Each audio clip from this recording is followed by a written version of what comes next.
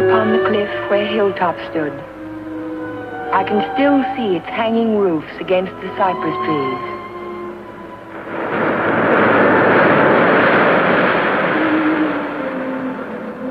But Hilltop is no more.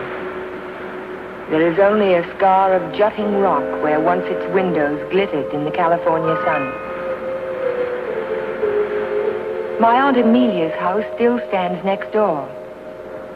I was a welcome guest within its walls, but to me it will always be a house of fear.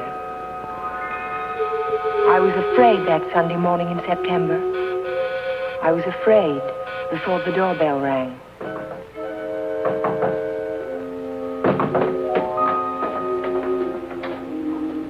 Morning, Ellen. Good morning, Mary. Hello, Amelia. Where is he?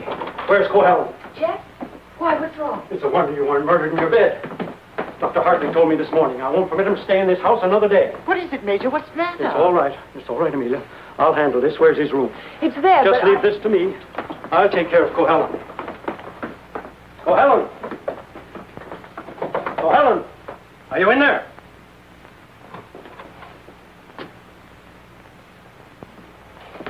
He's gone. He can't be. He said last night... Well, I mean, he must be around somewhere. I'll search the place from top to bottom. Would anyone mind telling me what all this excitement is about? You've been harboring a dangerous man. A man who is... Wouldn't it be fairer to Jeff if we waited until we find him and then he can speak for himself? But by all means, find him. But where? Well, supposing I look in the garage and see if his car's still there. Just what did Dr. Hartley tell you?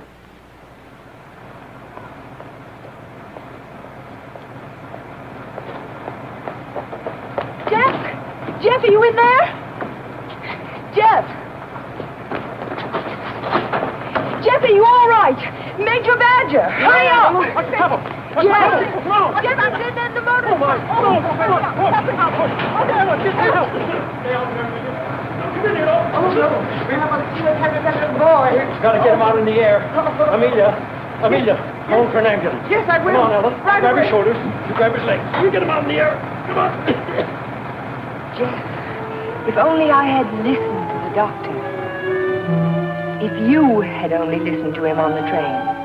There was something wrong even then, something terribly wrong. I should have seen it in your eyes the first time we met.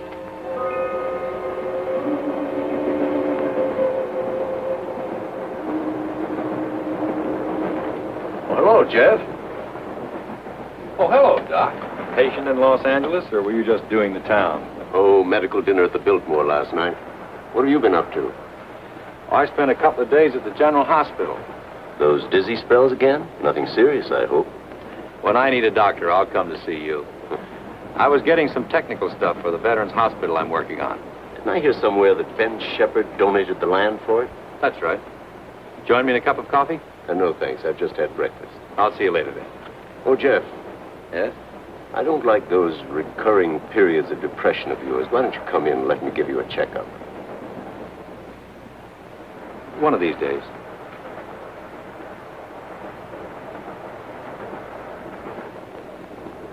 Morning, Elmer. Oh, good morning, sir. How about a little breakfast? You can start me off with some black coffee. Yes.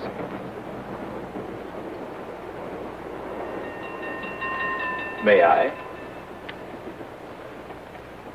Yes?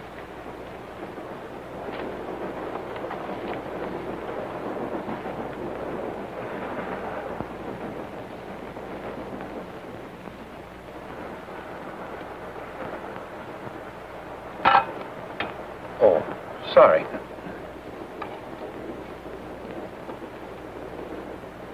Go ahead, throw it. I've just saved the train from being wrecked. By throwing salt over your shoulder? Oh, by showing proper respect to the powers of darkness. Powers of darkness. What have we here? Disbeliever? Let's see what the tea leaves say about you. Your coffee, sir. Oh, thank you. There's a trick my grandmother taught me. She learned it from an old witch in Ireland. And so you've been drinking coffee ever since? That's beside the point. I see your name scribbled on the bottom of the cup. It starts with an L, doesn't it? It does not. Ah, but it does. The tea leaves never lie. I see it now. L-N. Your name is Ellen. Isn't it? Yes. You'll not be so quick to scoff now, will you? Now, let's see where you're from. I see a large body of water. Not so large as an ocean, but the next thing to it. Now, what could that be? Lake Superior. It's the largest lake in America. Then you're from Lake Superior. From Minnesota. Now we'll go into your destination. It's Pine Cliff, of course. You wouldn't be on this train. But where in Pine Cliff? I see here an old woman and the letter A. Now, let me see. The old woman is standing in the garden and she's talking to her neighbor. So you're going to the city, she says. What train will you be coming back on? Saturday's train, he says. Then you'll have a pleasant companion, she says, for my niece Ellen is coming to visit me and she'll be on Saturday's train. You see, the tea leaves never lie. And neither do the tea bags. But how will I know her, I says to Amelia. Sure, now, she says, just look around the parlor car and the prettiest girl there, that'll be Ellen Foster. You're a real Irishman, aren't you? You've obviously kissed the blondie stone. Kissed it, she says. I wear it on my watch fob. And just from what part of Ireland do you come? Flatbush.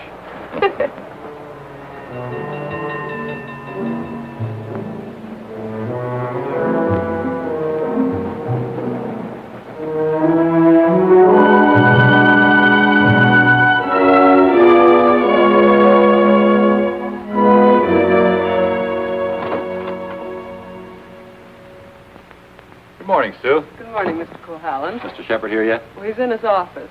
Thank you. I think this would be an ideal site for the beach club, don't you, Keith? Yeah, it certainly would, Ben. Mm-hmm. Busy, Ben? Oh, come right in, Jeff. Well, we bring the road in here and divide this section into 2-acre lots. And hold out this area for the golf course. Hi. How are you, Ben? Hello, Jeff. How was the trip? Fine, thank you. I bought you a little present while I was in Los Angeles. Found it in an antique shop. Hi, Jeff. Paris. It's a map of an old Spanish land grant. Say, that is an antique. Here's the Ibarra territory. My grandmother's grandfather, he lived right there. That was before California was a state, wasn't it, Ben? It certainly was. I keep forgetting how long your family's lived here. Only since 1820. Really? Come in. Pardon me, Mr. Shepard. What is it, Mac? Well, Sue told me you were in here. Did you take any blueprints with you when you went down to the city? No, why? Why, the rear elevations are missing. They can't be. I put them in a file Thursday. Well, they're not there now. Well, there must be. Come on, I'll help you look for them. See you later, Ben. Thanks for the map, Jeff. Glad you like it. Jeff seems to be getting awfully absent-minded lately, doesn't he? Well, the boy works too hard. Maybe so, but... Say, that's quite a map, isn't it? Oh, it's a beauty. Look, here's our beach. That's the old Spanish name for it, Costa del Rey, the Coast of Kings.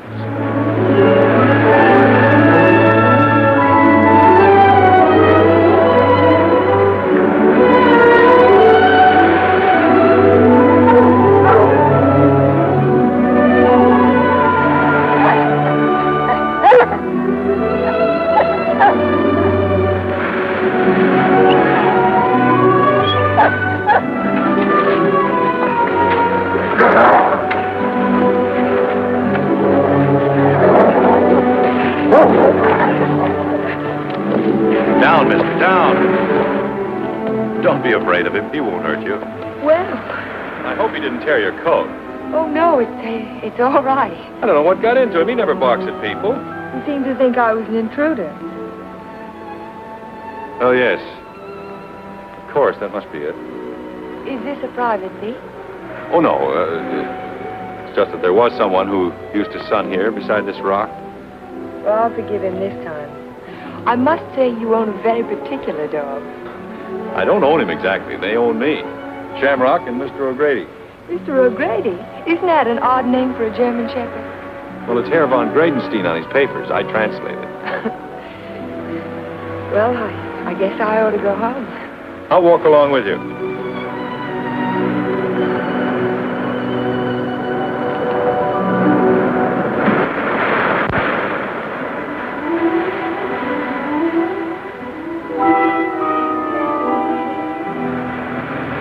What an amazing house. Don't you like it? Yes, I think I do. It looks as if it had wings. As if it could take off and fly across the sea.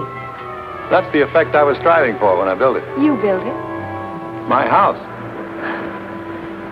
It certainly belongs exactly where it is, doesn't it? Yes, I think a house ought to blend with its environment. If it's built in a valley, it should crouch between trees. If it's on top of a hill, it ought to be part of the sky.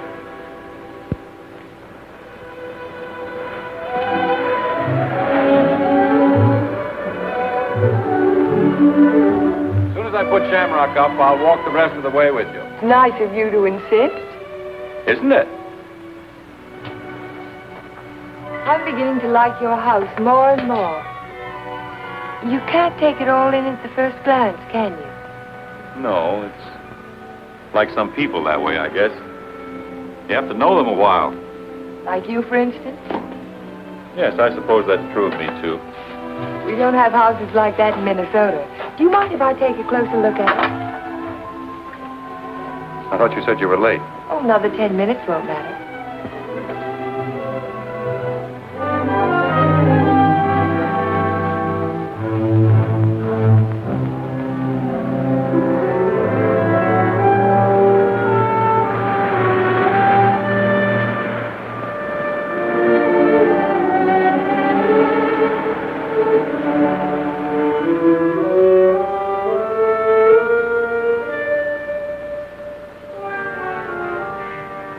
May I go in? Why, of course.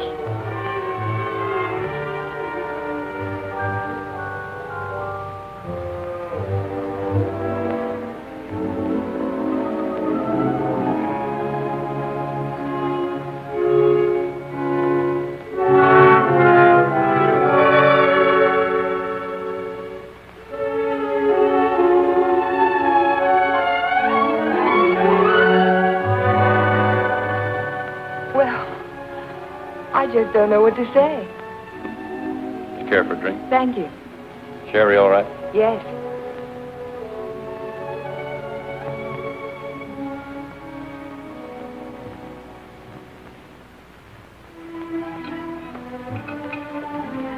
What an unusual picture. It's by Del Lopez, the Mexican modernist. Thank you. What's it called? Doesn't have a name. What does it suggest to you? Well, it's not real, but then it's not real either. It might be a garden in a dream. Might be. Or he dreamed of the girl who belonged in the garden. That's pretty good. And then she became more important than the garden, and perhaps that's why she's out of proportion. Perhaps she did. Perhaps that's why a woman gets out of proportion to a man. I really don't know anything about modern art. There isn't anything to know about it. It's like music. Its form doesn't have to copy nature to please the senses. Or does it? We were talking about art. I was talking about figures. Are you interested in figures? I have a Sivigliano. You have a what? Sivigliano, an Italian sculptor. I bought one of his porcelains with my first fee. You'd like to see it? Yes, I would. Where is it? Over by the window. Come on, I'll show it to you. This is my good luck charm. It's called Hotai, the Chinese goddess of chance. Sivigliano always...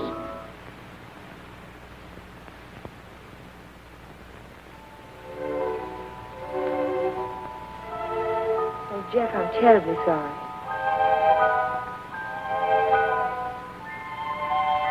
Can it be mended? No, it's beyond mending. Well, Aunt Amelia may be worrying about me. I suppose I should go home. Yes, I suppose you should.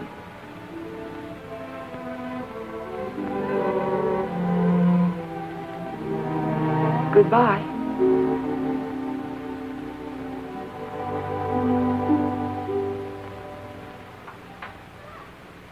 Good afternoon, Luella. Hello, Miss Foster. Is Aunt Amelia at home? I didn't see her go out. Ellen.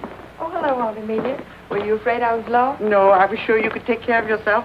But it was getting late, and I was afraid you'd forgotten about the dance at the country club tonight. Of course not. I just ran into Mr. Cohalan on the beach, and I stopped by his house for a glass of sherry. You were inside Hilltop? Why, yes. You don't disapprove, do you? After all, I'm a little old to need a chaperone. But no one's ever been inside Hilltop before, No one. except Jeff. It's funny.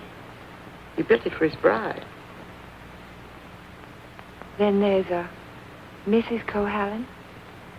No, Vivian was killed the night before the wedding. How awful. Aunt Amelia. Yes, dear.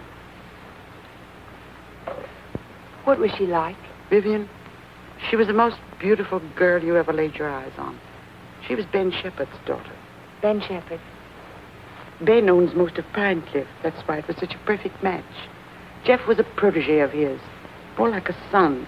And when he fell in love with Vivian, Ben was delighted.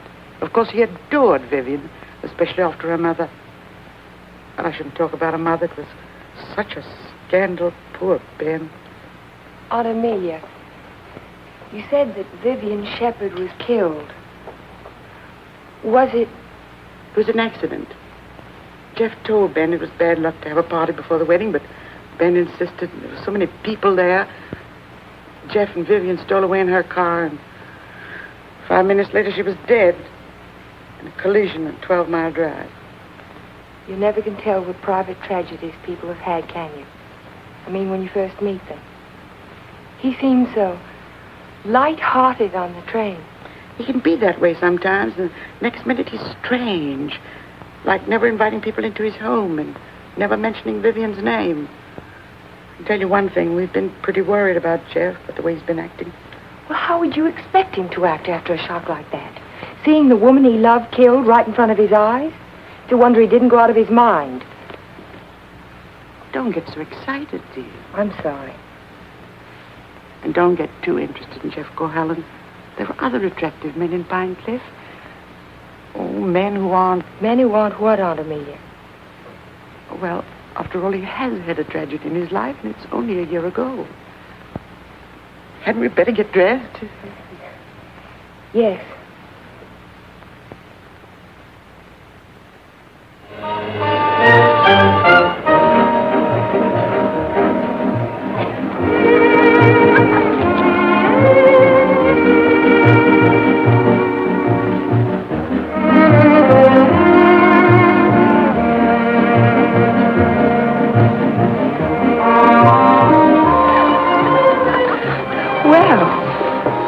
Taking a look at a great big California mall, huh? I can see it through the window. Yes, what I had in mind was a personally escorted tour. Think of my reputation, Mr. Ferris.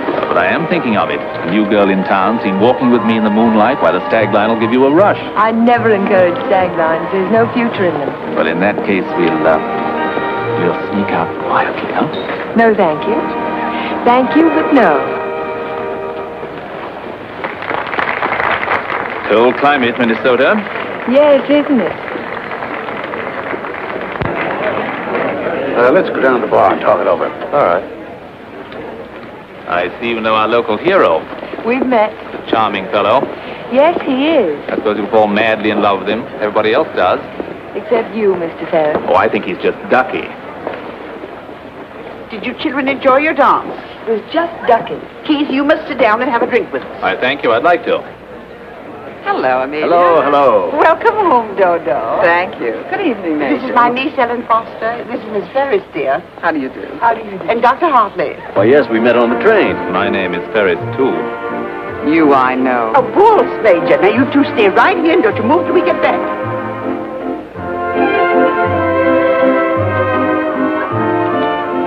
Miss Foster, the only dance I know is a waltz. Will you risk it with me? I'd love to, Dr. Hart. And how were things at the separation center? Did you have a good time? Reno is delightful. I received my discharge papers yesterday. You'll get your copy in the mail. Oh, that calls for a celebration, doesn't it? It certainly does. In that case, I'll take you down to the bar and buy you a drink. Oh, really? Oh, come now. We're civilized people, aren't we? Well, I guess it can't do any harm.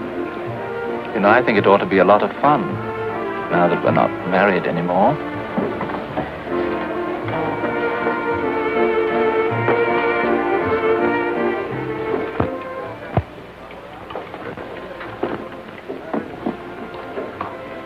What do you think your chances are? Ben, I built more hospitals in the South Pacific in 1 year than the average architect will see in a lifetime. The only competition I'm worried about is Talbot and Talbot. Huh?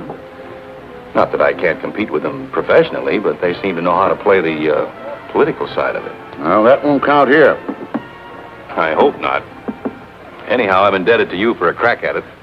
I merely suggested that they invite a local architect to submit plans.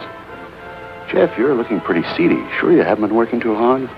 Well, it's been a pretty hectic week, Ben, but we finished up tonight. Plans are all wrapped, ready for mailing in the morning. Hello, Ben, you old darling. Hello, Dodo. Hello, Jeff. There's an admirer of yours looking for you upstairs. Who's that? A girl by the name of Foster. You seem to have made quite a score. Aren't you speaking to me, Jeff? Certainly, Dodo. How are you? Fine.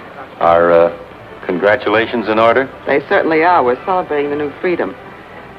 See you later. Bye. I think I'll go upstairs, Ben. It's getting a little crowded down here.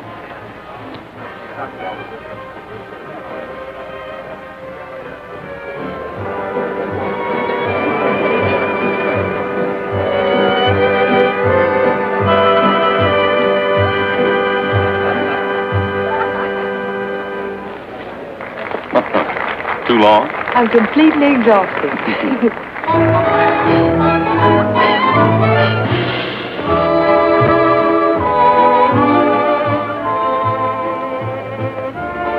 What is that song? Do you know? It's called Don't Forget Me.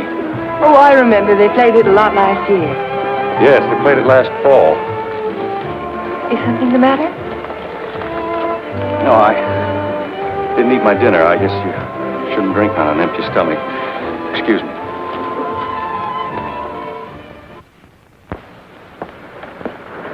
Here, Butch. Such a little animal, and yet he's got an appetite as big as mine.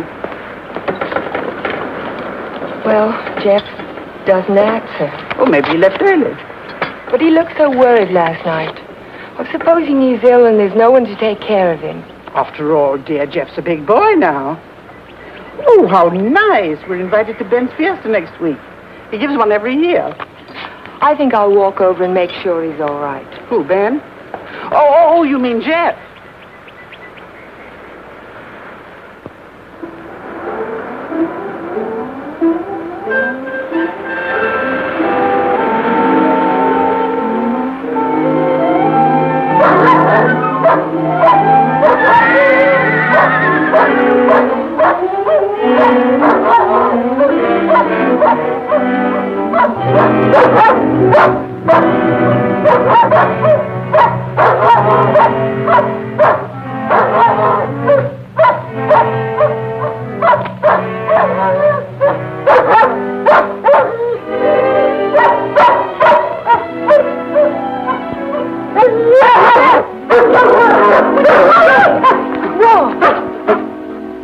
Look at his right front leg.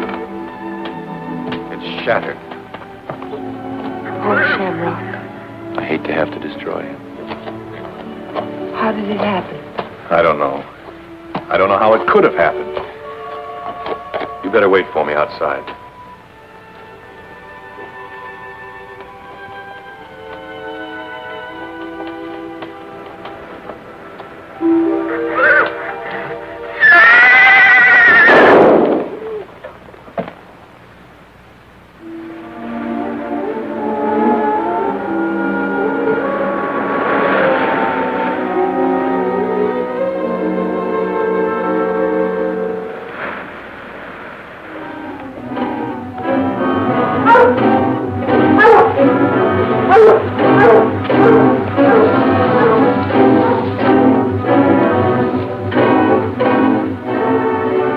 Which way he went? Who? The man. What man? He was hiding in the bushes. Didn't you see him? No. I only saw some branches move, that's all.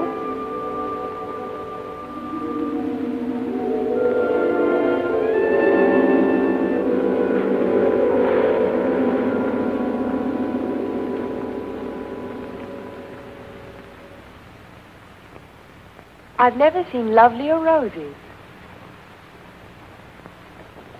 What are they called? Matador, I believe. They grow on the bush out on the terrace. Matador? Oh, of course, after the color of the bullfighter's cape. Or the bull's blood. Jeff, I'm so sorry about Shamrock.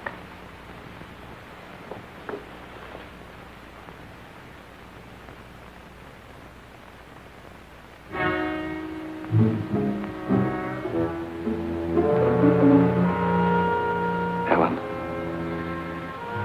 you better go now. You're not safe with me. Do you understand? Suppose I don't want to be safe. Please go now. I'll call you later. All right, Jeff.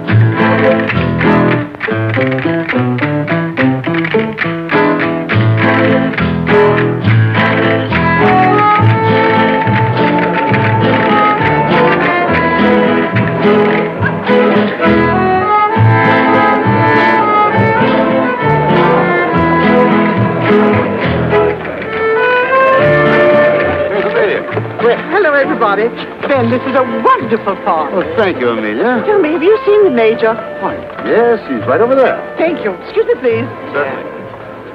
Will you excuse me, please? All right, Ben. Yeah. Major, I wonder if you could carry yourself away from these charming people and come and speak with Mrs. Atkinson. She's dying to talk to you. You know, for all the nice Go ahead. Tell me, what does a certified public accountant do?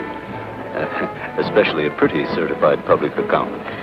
I compile actuarial tables for an accident insurance company. What are the odds against a man fracturing his arm? That sort of thing. Oh, what are the odds? 90 to 1 that you won't break your arm this year. Well, that's good. But if you do, it's 2 to 1 that it'll be the right arm. Or have you noticed that in your practice? No. What I've noticed is that my patients have all their fractures just when I'm ready to sit down to dinner.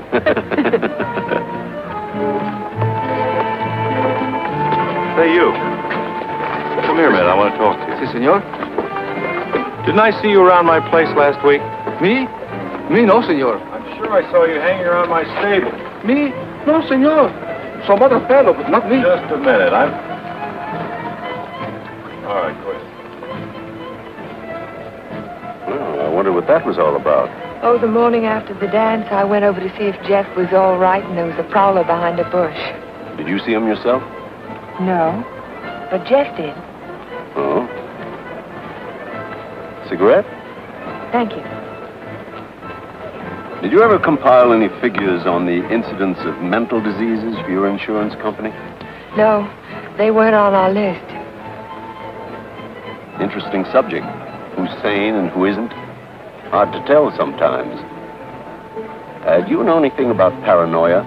It's a form of hallucination, isn't it? Delusions of persecution. Starts with an inability to withstand stresses. Normal person experiences misfortune, throws it off sooner or later. But if a person is psychotic to begin with, he may start to imagine things. He might even begin to imagine there's a conspiracy against him. That's when he gets dangerous. Do you have a specific case in mind, Doctor, a person that you're treating? No, it's out of my field. I'm a general practitioner, not a psychiatrist. Senor Doctor. Yes. Lady call on telephone, very sick. You come right away? Did you get the address? Si, senor. Oh, thank you. Forgive me, please. Of course.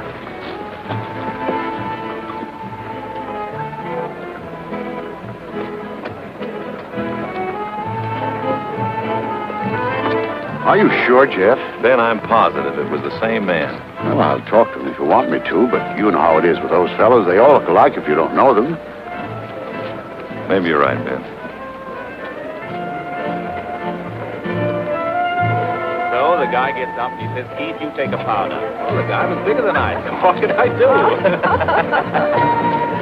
Same thing happened to me, only he wasn't so tall. Oh, I remember all too well. Remember that evening? Excuse me, honey. I'll be back in a while. Certainly. Because the rest of the committee feel that a local architect should have the job. Ben, may I see you a moment? Surely. Excuse me, Jeff. Certainly.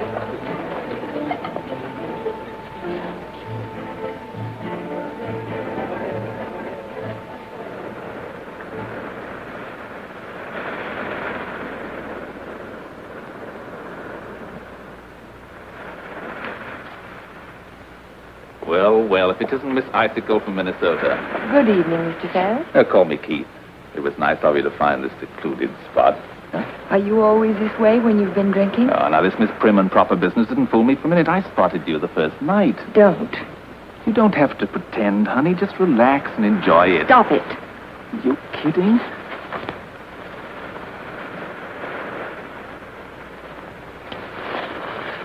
Jeff. Hello, Galahad. Been playing Peeping Tom? Get out. Don't be ridiculous. As I was Would you saying, mind honey, leaving us alone? Jeff, please I'd like to don't. have a few words with him. Privately. If I ever catch you around Ellen again, I'll run you on a pine cliff. Galahad, you frighten me. I'm warning you, I mean it. Keep away from her. I know too much about you. So what? You'll never open your mouth. That's the beauty of it. It's your story, and you're stuck with it. I don't have to open my mouth. I can close yours. What are you two boys arguing about? What does anybody ever argue about? Politics. Oh, politics. Keith, will you do me a favor? Dr. Hartley had to leave on an emergency call. Will you see that Dodo gets home? She has a little headache. Well, I'd be glad to. Ben, don't you think maybe I'd better? Look, I pay her alimony. I'll take her home.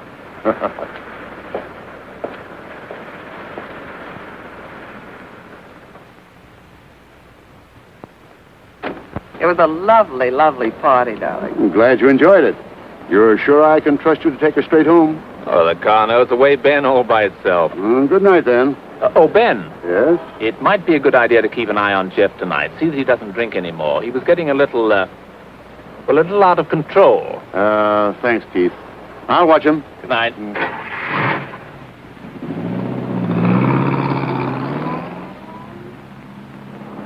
Still cutting the lad's throat, I see. An inch at a time. Every little bit helps. Helps what? Or is it just pure meanness on your part? Don't be stupid. Ben hasn't any heirs, has he? All that money and not even a second cousin. Suppose he should take a notion to leave it all to Cohalan. Where would I be? Out in my ear the day after the will was filed. Well, you don't think he's going to leave it to you, do you? No. No, I'm voting for charity, with Keith Ferris as administrator of the estate. What would you think of a Vivian Shepherd Foundation for something or other?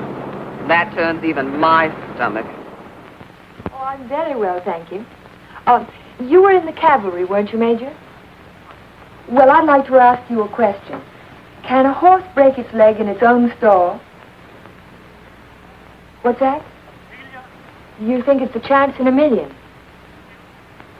No, I was just computing the odds on an accident that happened last week. Well, thank you very much for the information, Major. Good night.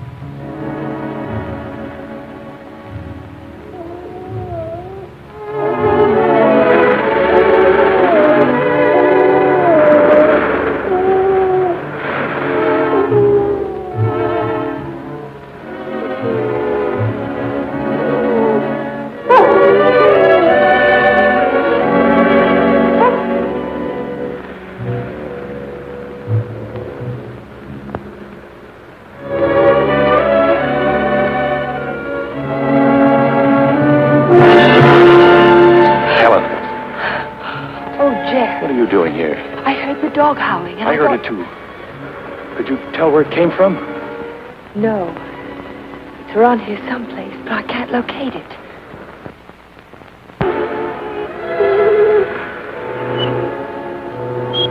Jeff, listen.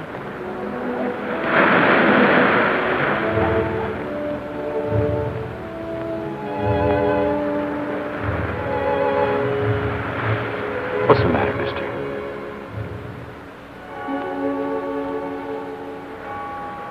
He's gone. Oh, Jeff.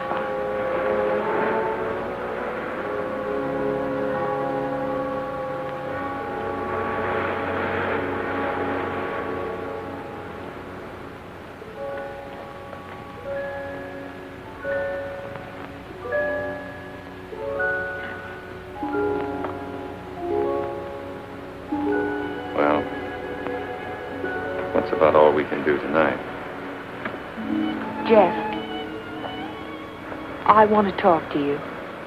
Well, not now. I'm sorry, I didn't mean to be rude, but I'm just not in the mood for conversation. You have to listen. It's important. Well, let's go up to the house.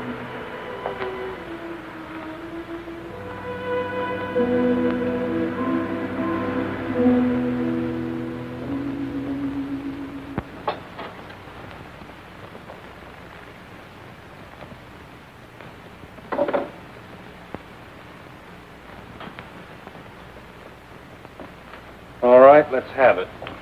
I talked to Major Badger tonight. He can't understand how Shamrock could break his leg in his own stall. Well, he hasn't anything on me. I can't understand it either. Unless it's bad luck.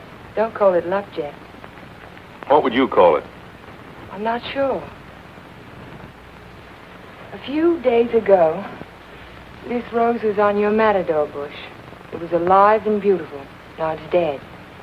Was that bad luck, or was it cause and effect? You picked it, so it died. I didn't pick it. The whole bush died overnight for no reason. There must be a reason. There's always a reason for everything. Is there? Maybe you can give me a reason for this. Take a good look at it. It looks different. Is it the way the light hits it? It isn't the light, it's the colors. Look at it again. Oh, I see what you mean. They faded, haven't they?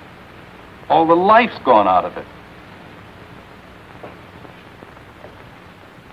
Your rose bush died. Your painting fades. But have you ever had a common, ordinary fall, Jeff? What do you mean? 65% of all accidents are falls. Falls down a flight of steps, falls out of a tree, falls off a ladder, or in a bathtub. But nothing of that sort ever happens to you. It's too ordinary. Your kind of accident has to be unique. What are you driving at? Your bad luck, Jeff. It's a little too bad to be true. Your porcelain figure fell off the table while nobody was in the house. Shamrock broke his leg while he was in his own stall. Now your picture fades. It's too bizarre, Jeff. The impossible can happen, but not over and over again. Are you trying to tell me they didn't happen? No, they happened all right, but it wasn't luck. Can't you see the pattern that runs through all your accidents? Shamrock, Mr. O'Grady, your picture, your statue, your rose bush, and the collision on the highway last year. That's when it all began. 6 accidents, and every one of them killed something you loved. Do you know what the mathematical odds are against a run like that? 1 billion to 1. Are you telling me they weren't accidents at all? No, I'm only trying to tell you that lightning can strike twice in the same place, Jeff, but not 6 times. You mean you think that all of these things have been planned by someone? Someone who hates you, who's trying to destroy you. Who could it be, Jeff? I don't know. We'll find out. We'll go back to the beginning, the night that Vivian was killed. We'll talk to the policeman who reported the accident. We'll find the garage they took the car to. We'll ask 1,000 questions about the accident and about Vivian. Ellen. We'll start tomorrow morning. We'll look for witnesses. Ellen, wait a minute. Perhaps the ambulance driver will remember something. I'll find him and I'll talk to him. You won't talk to anyone. Well, why? Why won't I? Because I don't want you to. But, Jeff... Listen to me. I don't want you asking questions. I don't want you investigating anything. This is my affair. I'll handle it my own way. I was only trying to help you. Well, now you've let me know where I stand. You don't want any help from me. All right, then, do it your own way. Helen, listen to me. Just don't let any black cats cross your path. And if you see a horseshoe, pick it up and spit on it and throw it over your shoulder. That ought to take care of everything. Helen!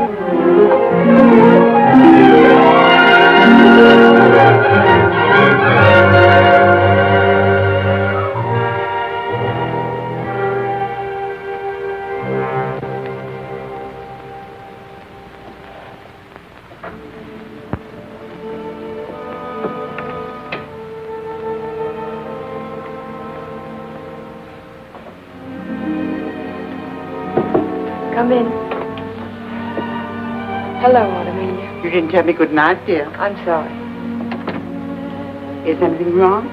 No, there isn't anything wrong. There isn't anything right either. I saw you come home. You were at Jeff's again, weren't you? Yes. I don't want you to think I'm an old busybody, but I'm all the family that you have, and it would help you to talk to someone. What is there to talk about? He doesn't love me. He never will. He's in love with a memory. I tried to warn you to be sensible.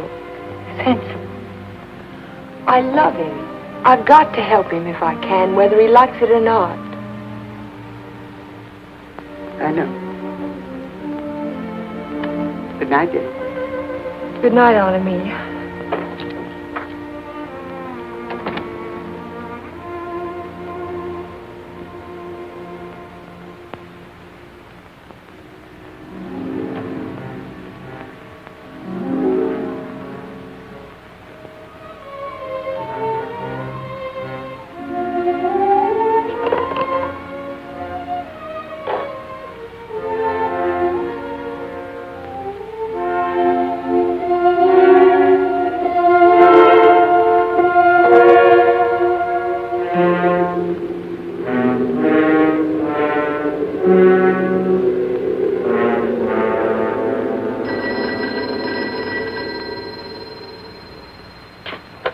Hello? Hello, Jack. Oh, yes, Ellen.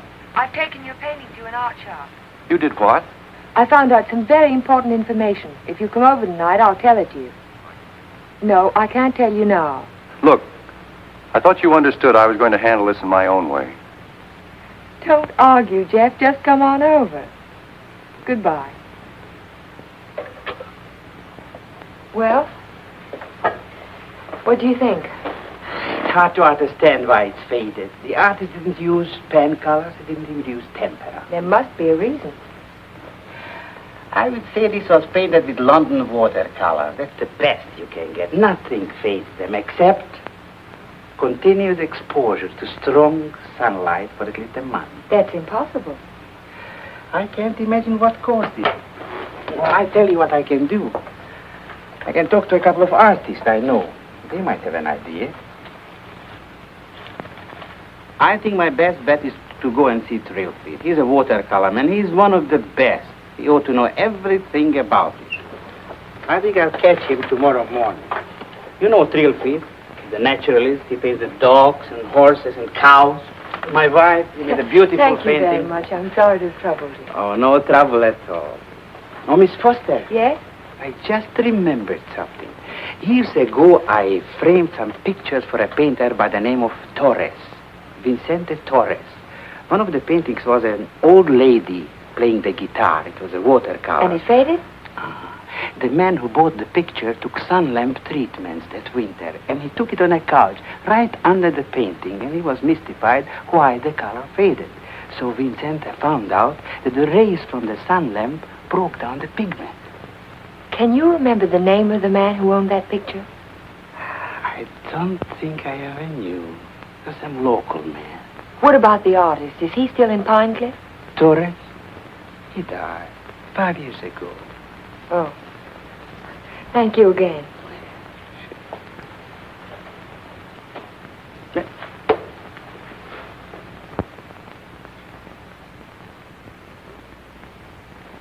Very strange. Have you told anybody else about this? Of course not. But someone in Pine Cliff knows that you can fade the colors out of a painting by turning a sun lamp on it. If we can find out who owns that picture, Jeff, the portrait of the old woman with the guitar... What would it prove? If If somebody wants to destroy a painting, there must be 100 easier ways of doing it. That's not all. Read this.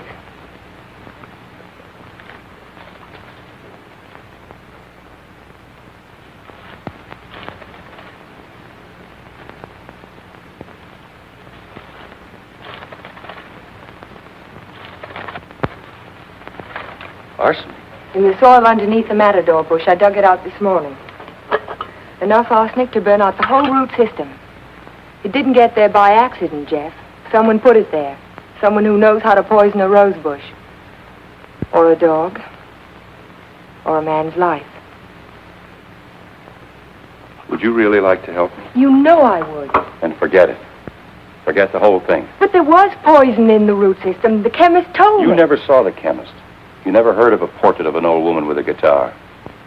Do you understand? No. No, I don't understand. Jeff! Jeff! Your house! Look out the window. I saw it from upstairs. What? It's burning!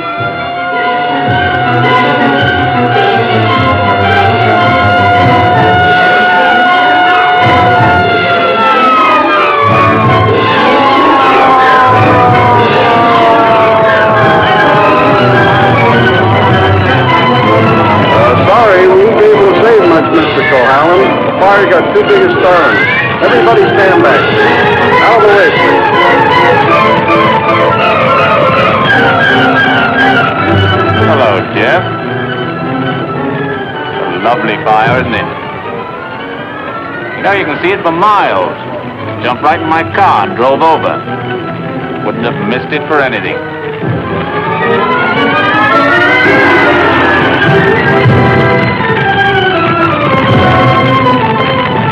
I'm so sorry, Jeff. Such a beautiful house.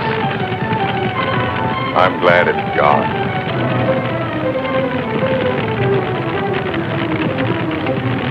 Be sure to tell Jeff that he's welcome to come and stay with us as long as he likes.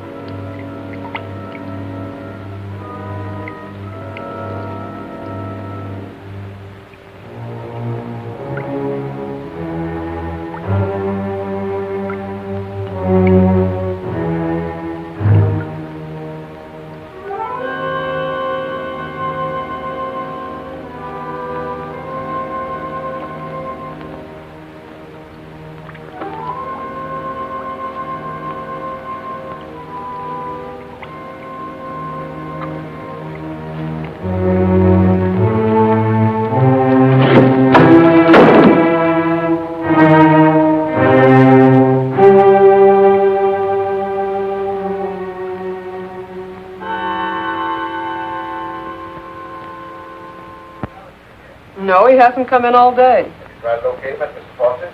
Yes, I did, but he left the house early this morning.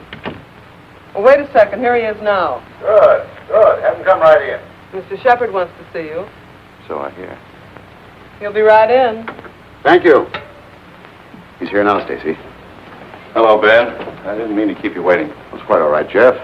I'm terribly sorry about what happened last night. I know you are, thanks. I wouldn't bother you about anything today ordinarily, but Mr. Rogers here just came to town. Stacy Rogers, chairman of the hospital committee. Oh, of course. How are you, sir? Glad to know you. This is the Jeff Cohalan I recommended to you. Yes, we examined your plans last night, Mr. Cohalan. Good, clean, modern lines. Thank you. I'm sorry we couldn't give you the job. You couldn't, what? I was just about to tell you, Ben. We decided on Talbot and Talbot. You did? Well, this is a surprise, Stacy. Which was it, Mr. Rogers? Politics or stupidity? I beg your pardon. If they'd given it to Magruder or Chesney and Pike, I wouldn't have said a word because I know the boys would have gotten a good, modern hospital. But Talbot and Talbot haven't had a new idea since Burnham did the Flatiron Building. Oh, now, take it easy, Oh, Jeff. they're not architects. They're political finaglers. Maybe you can tell me just one detail in their plan that was an improvement over mine. Name just one.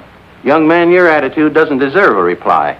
But since you're a friend of Mr. Shepard's, I will say to you that no member of the board, myself included, could understand how a reputable architect would submit his design for an important building with no interior detail whatsoever. No detail. There were 17 blueprints of the interior, right down to the placement of the operating tables and surgery. You may have drawn them, young man, but you didn't send them to us. There were no interior details? None at all. Could they have been misplaced somewhere in your office? Not possibly. The sealed packages were opened in the presence of the entire board. Maybe you misplaced them, Jeff. You know how absent-minded you've been. Suppose you can find the duplicates. Would the board be willing to reconsider? That's impossible. The contract has already been awarded.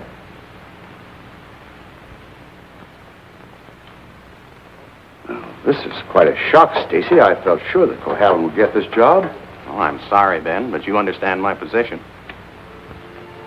Jeff, you weren't going off without me, were you? Without you? You told me to drop in at 5:30 and you'd drive me home. Do you remember? I'm not going home now. Was anything wrong? Everything's wrong. Come on, let's get out of here.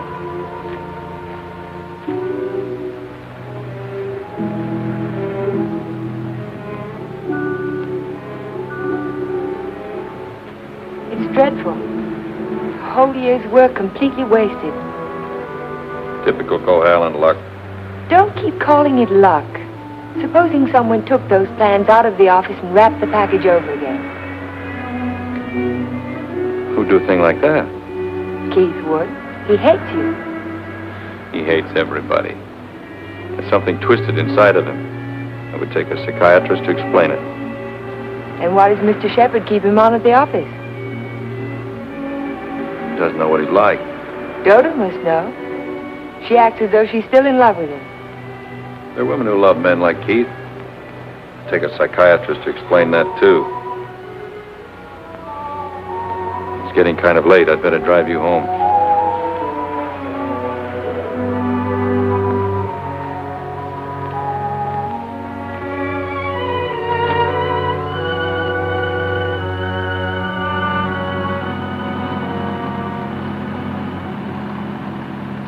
Isn't this near where... What'd you say? Nothing. Drive faster, will you, Jeff? I want to feel the wind in my face. All right.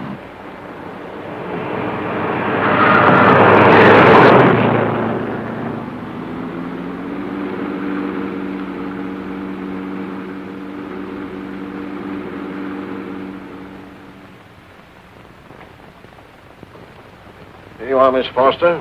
296 Hall Street, Fall River, Massachusetts. Thank you very much, Sergeant. Just one thing more. The accident happened on 12 Mile Drive, didn't it? That's right. Just 3 miles from Pine Cliff. Thank you very much. Traffic Department. Miss Foster. Who? Just a minute, please. Oh, Miss Foster. It's for you. For me? Hello? Miss Foster? This is Dr. Hartley. Oh, hello, Doctor. How on earth did you know I was here? My office is just across the street. I saw you go into the police station as I parked my car. Are you in trouble, Miss Foster? In trouble? Why, no. I mean, not exactly. I think you'd better drop into my office. Can you come over right away? Well, I have a long-distance phone call to make first. Well, just as soon as you complete your call. Yes. I think I could come by in about 20 minutes. Thank you.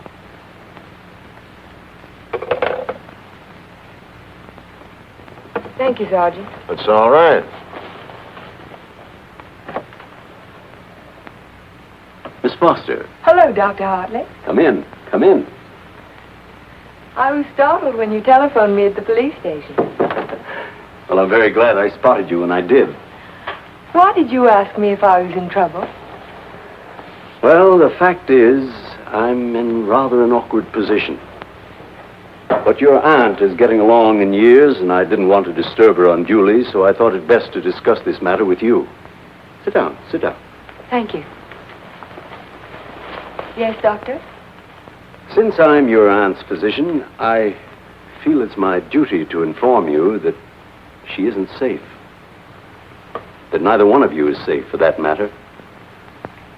So I wanted to get your permission to speak to your house guest, to ask him to move to a hotel. But I don't understand. What has that to do with my aunt's safety? Yes, I was afraid you'd ask me that.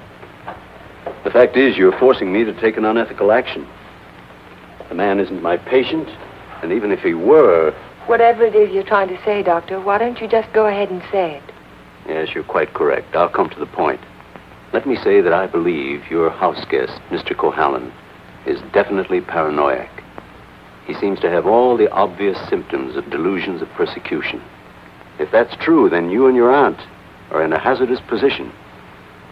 Two helpless women in the same house with a man who may become dangerous at any moment. We can't allow it. May I ask you a question, Doctor? Certainly.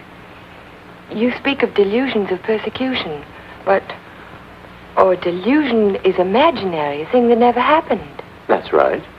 But Jeff's dog was poisoned. His house was burned down. That was no delusion. I saw it myself. Did you see the gasoline can? Gasoline can? The gasoline can the police found in the ruins of Hilltop. It was an unusual type of container. Only one store in Pine Cliff sells them. And that store sold such a can to Jeff last Monday. How do you know? The chief of police told me so this morning. But I don't see how. And that isn't all. The body of the dog was disinterred. He died of arsenic poisoning. 2 days after his master brought a package of weed out. Are you trying to tell me that Jeff burned down his own house, that he poisoned his own dog? That's impossible. No man in his right mind... Exactly. No man in his right mind. But why? Why would he do a thing like that? Listen. Listen to this.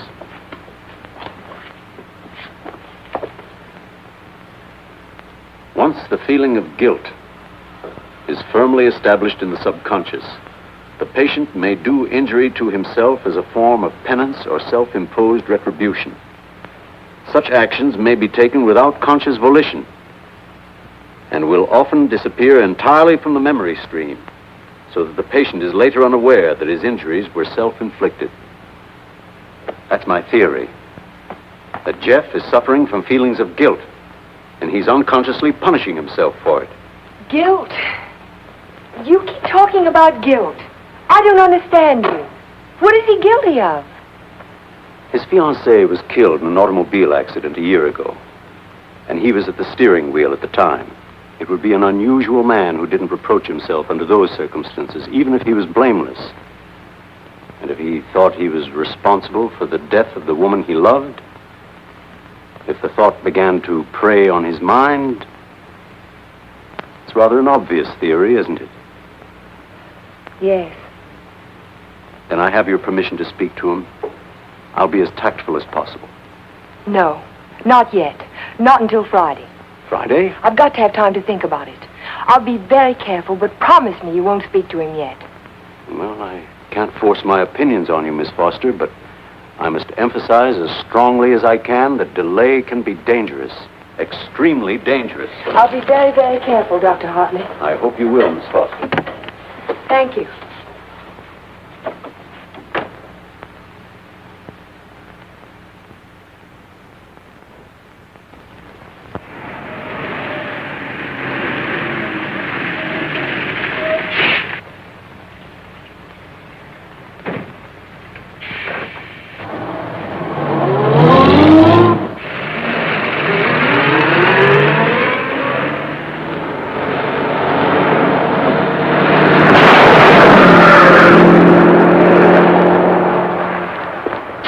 That man must be crazy.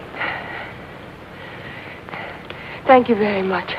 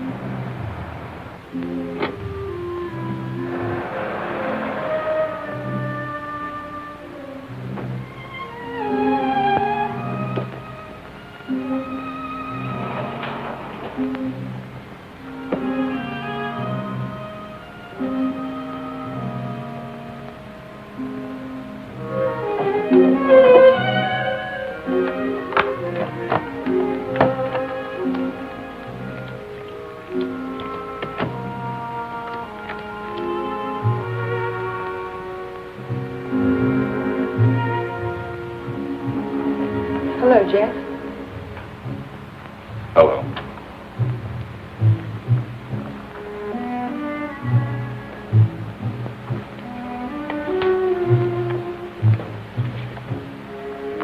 Jack of spades. Is that bad luck? Like a black cat? A dead man's card. Oh? Is there a card for a dead woman? The queen of spades. I almost drew it this afternoon. Oh, what happened? Oh, I just gotten off the bus and was waiting to cross the street and a car nearly ran me down. It almost seemed to be trying to. Did you see the driver? No. I was too busy trying to get out of the way. What kind of a car was it? A green convertible. Like yours. Except the top was up. You've got to get out of here, Ellen. You've got to get out of Pine Cliff right away. Why, James? Because something else is going to happen. I can feel it. It might happen to you. I'm not going to leave, not now. I'm warning you, Ellen. It's no use, I'm not going. You're asking for trouble. Am I? And I'll really ask for it. Watch yourself closely. Watch yourself every minute. Don't trust anybody. Not even you? Not even me. Well, I think I'll go to bed now. Major Badger said he'd come by in the morning and take us to church. You won't forget what I said. You be careful. I'll be careful.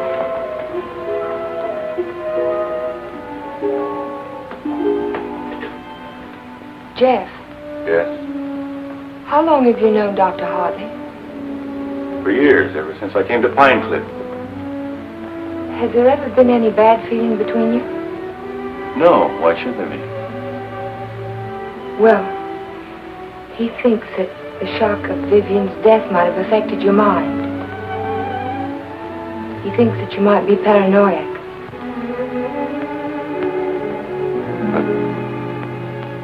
You don't think so, do you? No.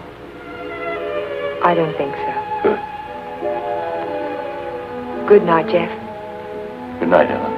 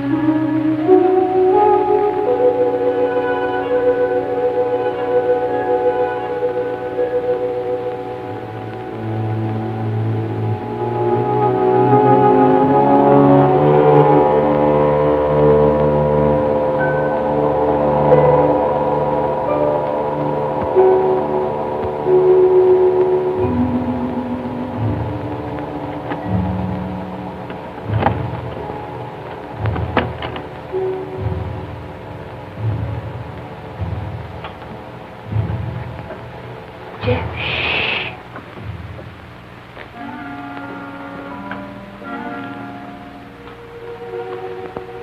I had to see you again. I wanted you to have this. Don't be afraid to use it if you have to. I want you to wait for me tomorrow morning. Tomorrow morning? You mustn't leave the house. You mustn't leave the house without me. Promise you won't. All right, Jeff. I promise. You won't forget when Major Badger arrives? No, I won't forget. Good girl. Good night.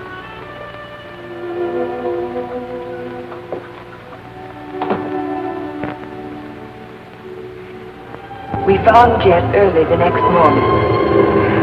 I can still smell the fumes of the gasoline as we pulled his body from the car. But somehow it didn't quite ring true. I couldn't believe that Jeff would try to kill himself. No suicide note was found, but the local architect was discovered in the Foster garage with the door closed and his car motor running. He was immediately removed to City Hospital, where latest reports from Dr. Raymond Hartley advised that Cohalan is now definitely out of danger. On the national scene, Congress resumed its discussion of the Morse-Conlon bill today. Labor spokesmen have announced that they will request an amendment guaranteeing... I'd like some more coffee, nurse. With cream and sugar? How did you get by the no visitors sign? I walked right straight past it to ask you a question. Oh, you did? Well, suppose you walked right straight past it again, going the other way. Not till you've answered my question. Would you rather I rang for a nurse? Oh, you weren't that way on Saturday night when you needed me. I made you a promise then, and I kept it. Now I think you owe me the answer to one question. Just one. Well, I won't ask you why you came to my room that night. I know the answer to that one. Oh, you do? Certainly. You wanted to make sure that I'd find you on Sunday morning before the motor ran too long. You probably didn't start it until after the major rang the doorbell. You don't miss much, do you? You counted on that, too. You knew that when we couldn't find you in your room, I'd think of looking in the garage, no thank you, to see if your car was still there. You have all the answers, haven't you? All except one. Why did you fill those buckets with gasoline? Fill the buckets? Oh, you saw that, too? Yes. I wasn't filling buckets. I was draining the gas tank. So if you didn't show up in time, the motor would stop running as soon as the gas in the carburetor was gone. But why? Why did you do it? You had your question. Don't be technical. Why did you pretend to commit suicide?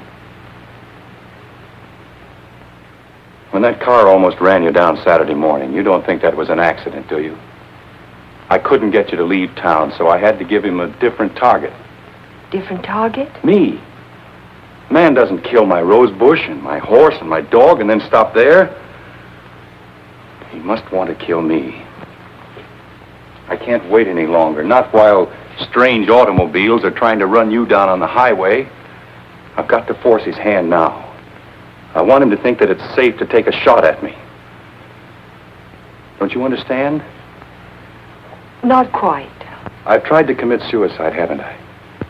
It was on the radio. It says so right here. So what if somebody takes a shot at me now and leaves the gun in my hand? It's an open and shut case, isn't it? The police wouldn't even investigate.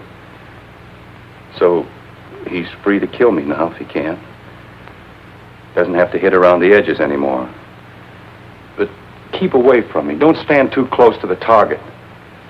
Is that why you wanted me to leave Pine Cliff? That's why I want you to go home now and stay there. Lock the doors from the inside. If you have any visitors, don't let Aunt Amelia out of your sight. Don't trust anyone. Where will you be if I want to find you?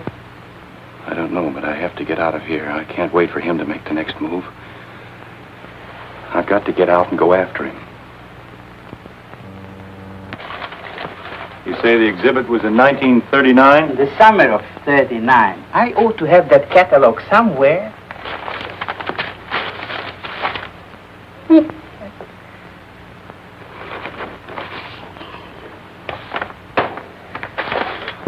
Here we are. And there's a list of all of the exhibitors in here? The back of the book. Practically every artist who might have known Torre. Oh, yes. This is perfect. Exactly what I was looking for. Thank you. Good afternoon. Yes? Are you Mr. Strabini? Strabini? Yes, that's me. Did you ever know an artist by the name of Vincente Torres? Vincente Torres? Yes. No.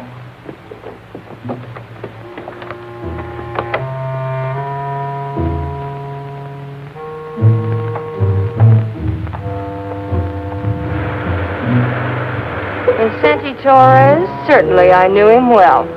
Watercolor man. No sense of depth. Do you recall a painting he did, a portrait of an old woman with a guitar? An old woman with a guitar? Don't believe I ever saw it.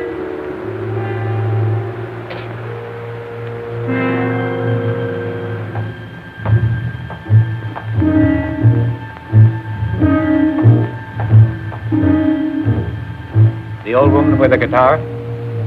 Yes, I remember when Torres painted it. It was during his Renoir period. Do you remember who he sold it to? Didn't know he ever found a sucker. It was a piece of tripe. Well, thank you. Not at all.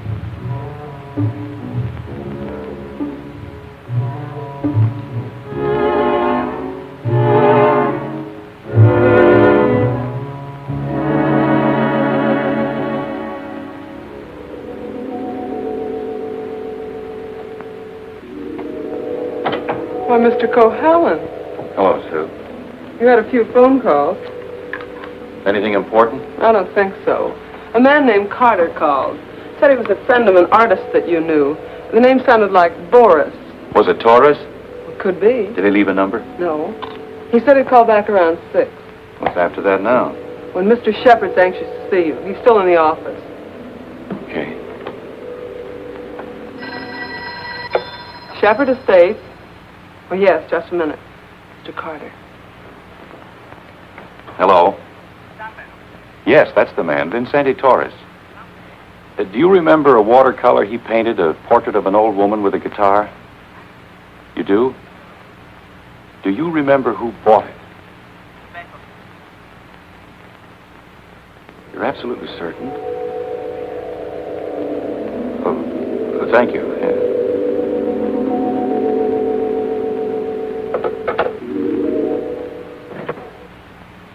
Oh, you're just the man I've been looking for. They wouldn't let me in the hospital, and you seem to have disappeared since you got out. Well, I had some important things to do, Ben. Well, anyhow, you're here now. That's the main thing. Of course, I know it was an accident, boy. You couldn't have done it deliberately. Couldn't I? Of course not. But just the same, you've been overworked lately. You're looking all fagged out. It's time you took a rest. Yes, I could use a rest. A nice long rest. It's just what I had in mind. As a matter of fact, I'm tired myself. That's why I'm thinking of taking a trip. See something of the world before I get too old. Sounds like a fine idea, Ben. It would be a good idea for you, too, Jeff. Why don't you come along with me? The two of us could have a pleasant time together. Leave all our worries behind and take things easy for a while. What kind of a trip were you thinking of, Ben? Oh, I haven't made up my mind. Where would you like to go? Oh, an ocean voyage might be nice. If the ship had a low rail and a long drop to the water. Or Niagara Falls might be handy, or the top of the Empire State Building. Don't talk like that, Jeff. Don't even think of such things. I wasn't thinking of suicide, Ben. I don't expect to jump. I expect to be pushed. You're crazy, Jeff. You're talking like a paranoiac. Where did you get that word, Ben? Did you read it in a book, complete with all the symptoms? I'm only trying to help you, but if you're going to take this... Sit down, Ben. Sit down and listen. You had all the tools to work with, didn't you? Your ranch hands who think you're a king will do anything you tell them to. I was out your place yesterday, Ben, looking for Pedro. They told me he didn't work for you anymore, hadn't since the day after my house burned down. You let him go, didn't you? After he'd done his job. I'm beginning to think the doctor's right. I'm beginning to believe you do have delusions of persecution. Paranoia, Ben. You learned the word. Use it. When did you first plant the idea in Hartley's mind? Did you say, I'm a little worried about Jeff, and tap your finger on your forehead? Jeff, I'm not going to talk to you any longer. You're not in your right. Not while you're in your present mood. I wouldn't do that if I were you. You haven't answered my questions, Ben. Are they too difficult? Let's see if you can answer an easy one. Whatever happened to that painting that used to hang in your living room, the portrait of an old woman with a guitar? Wasn't in the living room. It was in my study. Why? When'd you get rid of it, Ben? After it faded? After you found out what a sun lamp can do to a watercolor? You want to know who put me on your trail? You did yourself. When you tried to convince me I couldn't trust my memory anymore. I hate to say this, Jeff, but you can't trust your mind anymore. Can't I? I made a written list the night I wrapped the hospital plans to make sure nothing was left out. And 17 blueprints were missing when the package was opened by the state board. No one could have tampered with that package but you. No one else knew it would be on my desk overnight. I didn't know anything. Yes, you did. I told you. At the country club. You wanted to destroy my faith in my work, didn't you? It was the only thing I had left. Oh, Jeff, this is ridiculous. That's what I thought at the beginning. But once I began to suspect you, it all fitted together. I even remembered that your foreman was in the store the day I bought the can of gasoline. That gave you an idea, didn't it? Yes. It gave me an idea. How do you like your own medicine? How do you like waking up every morning wishing you were dead? Then you don't deny it anymore. No. I'm glad you found out. Because you can't do anything about it. Go tell somebody I poisoned your dog. Go say I burned down your house. You know what they'll think, don't you? They'll think you're crazy. I don't care about the others. It's what you think that's important. You've been like a father to me, Ben. In a funny kind of way, you still are. What made you change? What made you start to hate me? Was it Vivian? You killed her. I did everything for you that one man can do for another. And how did you repay me? You murdered her. Not murder, Ben. Not murder. A drunken man at the wheel of an automobile. What is he if he isn't a murderer? Can't go in there. No, get out of here. Can't go in there. No. Ellen, what are you doing? Jeff. Mr. Shepherd, this is Mr. Nelson of Fall River, Massachusetts. Last year he was driving through California, and when he reached Pine Cliff, he had an accident on 12 Mile Drive.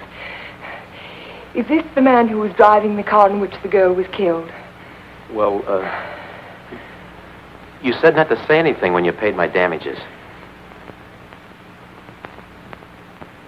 Go ahead, answer. No. No, it wasn't. It was that fella back there.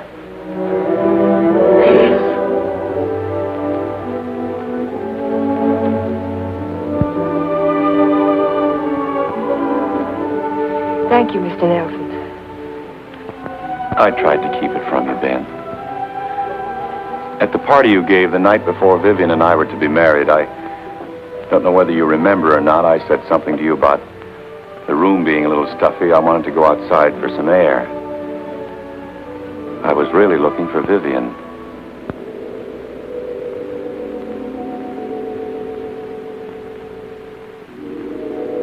I found her, all right. I heard them talking to each other. It wasn't anything new, Ben. It had been going on for years. All the time I was overseas. He was telling her why he'd never marry her. He couldn't. Dodo wouldn't give him a divorce. So she said, we'll run away without a divorce.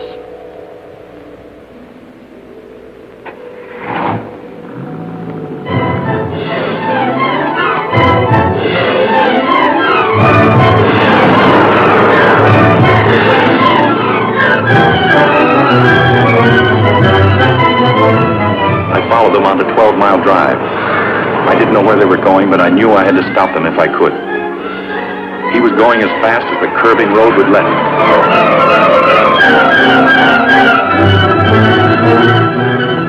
I tried to catch him, but he was driving like a madman. We were coming to the fork where 12 Mile Drive meets the highway. I saw a car approaching on the main road. Ferris didn't see the other car. I knew what was coming, but there was nothing I could do to stop it.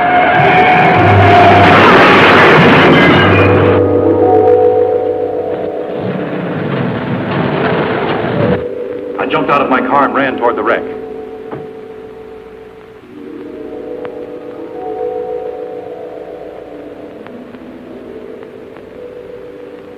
He said, do something for her.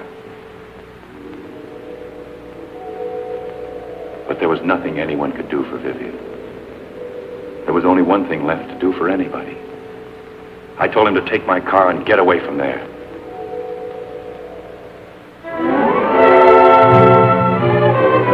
I didn't want you to find out how she died, Ben, or what she was really like.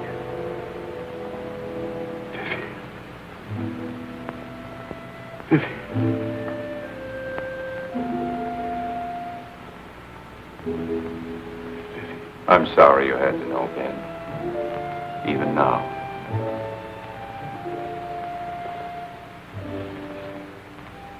Vivian, I always gave you everything you wanted from the time you were a little girl. You were all I had after your mother ran away. She was no good. I never told you that, did I? Your mother was no good. Now you want to run away, too. You're just like her. The same bad blood. Jeff, he thinks I know. I won't go through that again. I'll kill you first. I'll kill both of us. My shoulder. Ben, put down that gun. Put it down. She ran away. She ran away from me. Call Dr. Hartley. Well, you finally fixed me with the old man, didn't you? But you'll never get any of his money now. He's as nutty as a squirrel. Now get out of here. Get out of Pine Cliff. If I ever see you again, I'll kill you. Dr. Hartley, this is Ellen Foster. Will you come over to Mr. Shepard's office right away? Yes, it's urgent. Thank you. It's all right, Ben. Everything's going to be all right.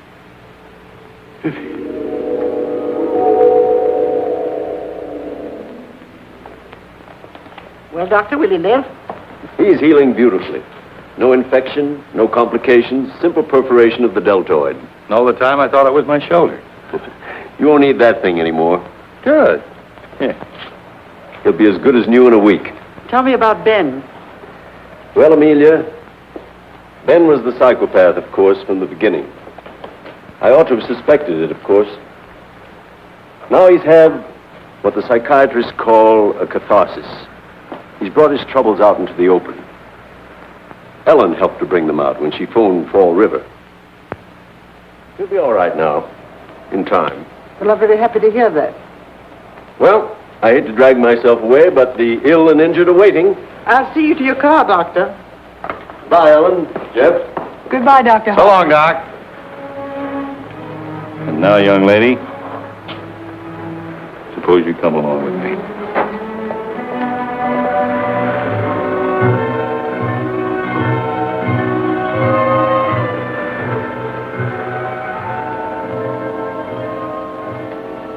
Ellen. Yes, Jeff? There's something I've been wanting to ask you. Yes, Jeff? How in the world did you ever find that fellow from Fall River? Oh, I found him in the traffic accident records at the police station. What made you think of him? The way you drove your car on 12 Mile Drive the other night. You could never have driven so recklessly with me if you'd been at the wheel when Vivian was killed. Not on the same road in the same place at the same time of night. You're pretty smart, aren't you? No. Yes, you are. You're very smart. No, I'm not. Oh, yes, you are. No, because I thought that you loved her. I thought you loved her all the time. I never really loved anyone. But you.